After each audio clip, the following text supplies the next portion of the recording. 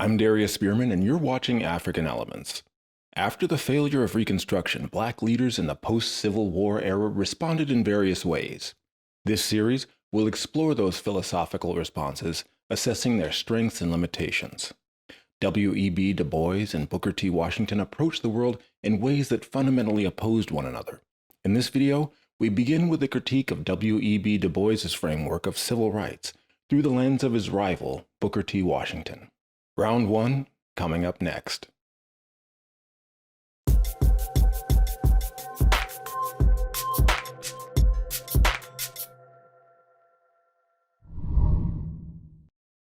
Thank you for watching African Elements. If you're new to this channel, we create Black history and Africana studies content for the classroom and give it to the masses. We believe education should be free and accessible. If you'd like to support this work and keep this material free for everyone, you can join our wonderful Patreon supporters at the link below. Membership and access to ad-free videos starts at as little as $1 a month. Or, if you like this content, smash that button, subscribe, and consider dropping a comment below. Speaking of smashing, let's start round 1. After the Civil War, the 14th Amendment of the U.S. Constitution promised Black Americans citizenship and equal protection under the law. Nevertheless, many states continued to deny Black people access to public facilities such as parks, libraries, swimming pools, theaters, restaurants, hotels, hospitals, and even cemeteries. In 1896, the U.S. Supreme Court ruled in Plessy v. Ferguson that racial segregation was legal under the U.S. Constitution based on the doctrine of separate but equal. In other words, the court found that the 14th Amendment that guaranteed equal protection under the law didn't guarantee integration as long as the separate accommodations were equal. By design, the separate collection of segregation laws known as Jim Crow kept Blacks from gaining full political representation by denying them voting rights and other fundamental human freedoms. Some African American leaders pushed back by asserting their rights as citizens. Such an approach is known as the philosophy of civil rights. W.E.B. Du Bois became a leading advocate of civil rights in the early 20th century. William Edward Burghardt Du Bois was an American sociologist, historian, civil rights activist, Pan-Africanist, and author. Born in Great Barrington, Massachusetts on February 23, 1868, Du Bois grew up in a generation with no direct experience with legalized slavery. After graduating from Fisk University in 1888, he attended Harvard University, where he became the first African American to be awarded a Ph.D. from the university in 1895. He taught at Atlanta University from 1897 to 1910, and again from 1934 to 1944. Du Bois emphasized a liberal arts educational philosophy that stressed the importance of sociology, history, and philosophy. His work as a civil rights activist emphasized political equality by attacking the systemic denial of political rights the Black community continued to experience.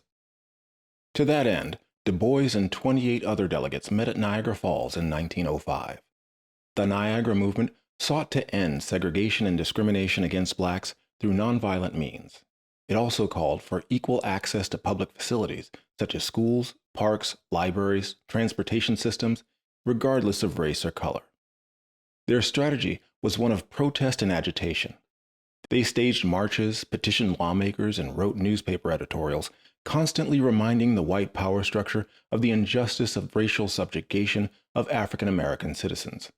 They demanded full political rights and social equality, equal treatment in public places, and an end to discrimination and segregation throughout the United States, including the U.S. military.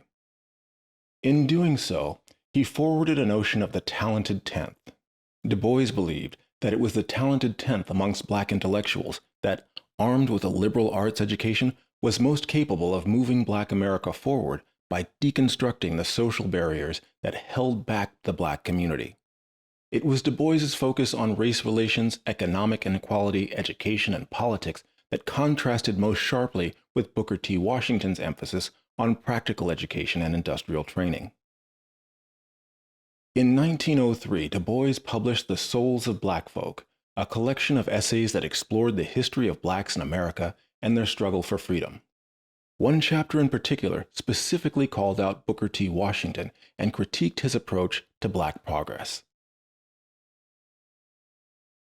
W.E.B. Du Bois's contemporary and rival Booker T. Washington was born into slavery in 1856 on a plantation in Franklin County, Virginia. Contrary to Du Bois' vision of social justice and integration for Black Americans, Washington believed it better to remain separate from whites rather than attempt desegregation. As a native of the South who had experienced slavery firsthand, Booker T. Washington viewed Du Bois and his strategy of protest and agitation for civil rights as impractical and dangerous. From Washington's standpoint, public demonstrations were especially reckless after the emergence of the Ku Klux Klan, which threatened violent reprisals and even death for the most trivial of social missteps. Washington opposed the Niagara movement and sought to undermine it in every possible way. First, Washington sent spies to keep him informed as to the organization's participants. He then paid the newspapers to criticize the movement and ostracize anyone who took part in it. Washington's political influence and close ties with the white establishment allowed him to work behind the scenes to shut out people who supported the Niagara movement by ensuring their exclusion from federal appointments and jobs. Ultimately, Washington was successful and the Niagara movement disintegrated before it got off the ground.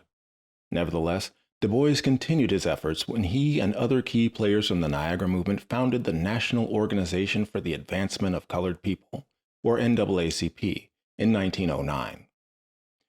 Their tactics included a reliance on judicial and legislative measures to provide legal protections for African American citizenship. It was a tactic the NAACP used consistently.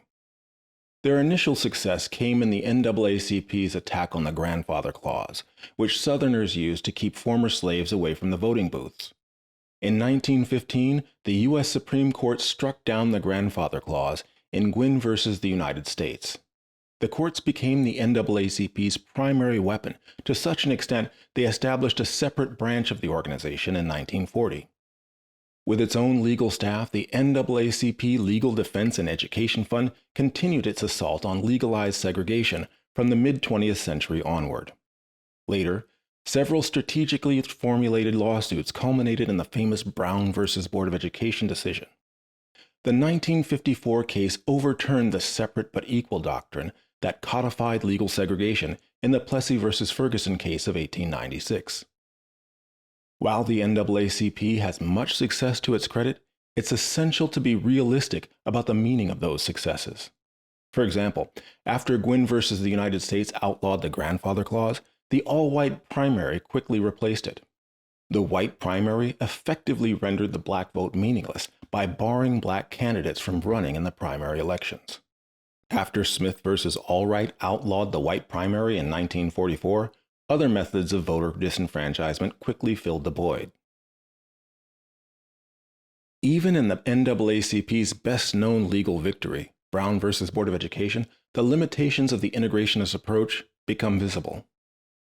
The unanimous 1954 Supreme Court decision reversed Plessy versus Ferguson and overturned legally sanctioned segregation. Nevertheless, in 2004, the Harvard Civil Rights Project conducted a study to assess the decision's impact. The study concluded that 50 years after the landmark case, school integration was at the same level in 2004 as it had been in 1969.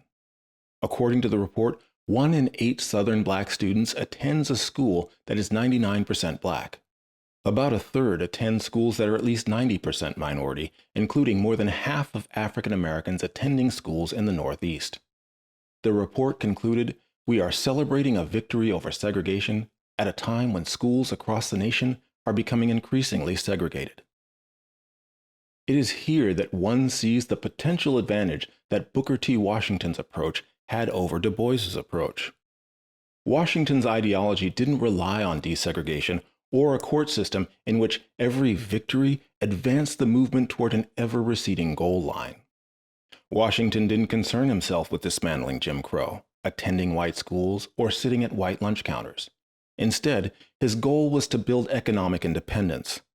Through industrial education at his own Tuskegee Institute, Washington sought economic progress by having the black community establish its own black colleges and build their own lunch counters in their own separate black America. Furthermore, whereas Washington remained neutral concerning black people's involvement in U.S. military conflicts, W.E.B. Du Bois wrote an editorial calling for Black Americans to close ranks and support the United States during World War I. Because blacks were still denied civil rights in the United States, he was widely criticized for not taking the opportunity to demand racial justice. Du Bois asserted, "We of the colored race have no ordinary interest in the outcome. That which the German power represents today spells death to the aspiration of Negroes and all darker races for equality, freedom, and democracy. Let us not hesitate. Let us, while this war lasts, forget our special grievances and close our ranks shoulder to shoulder with our own white fellow citizens and the allied nations that are fighting for democracy." Du Bois faced criticism because of the contradiction he himself observed only a few years earlier in a 1914 edition of The Crisis.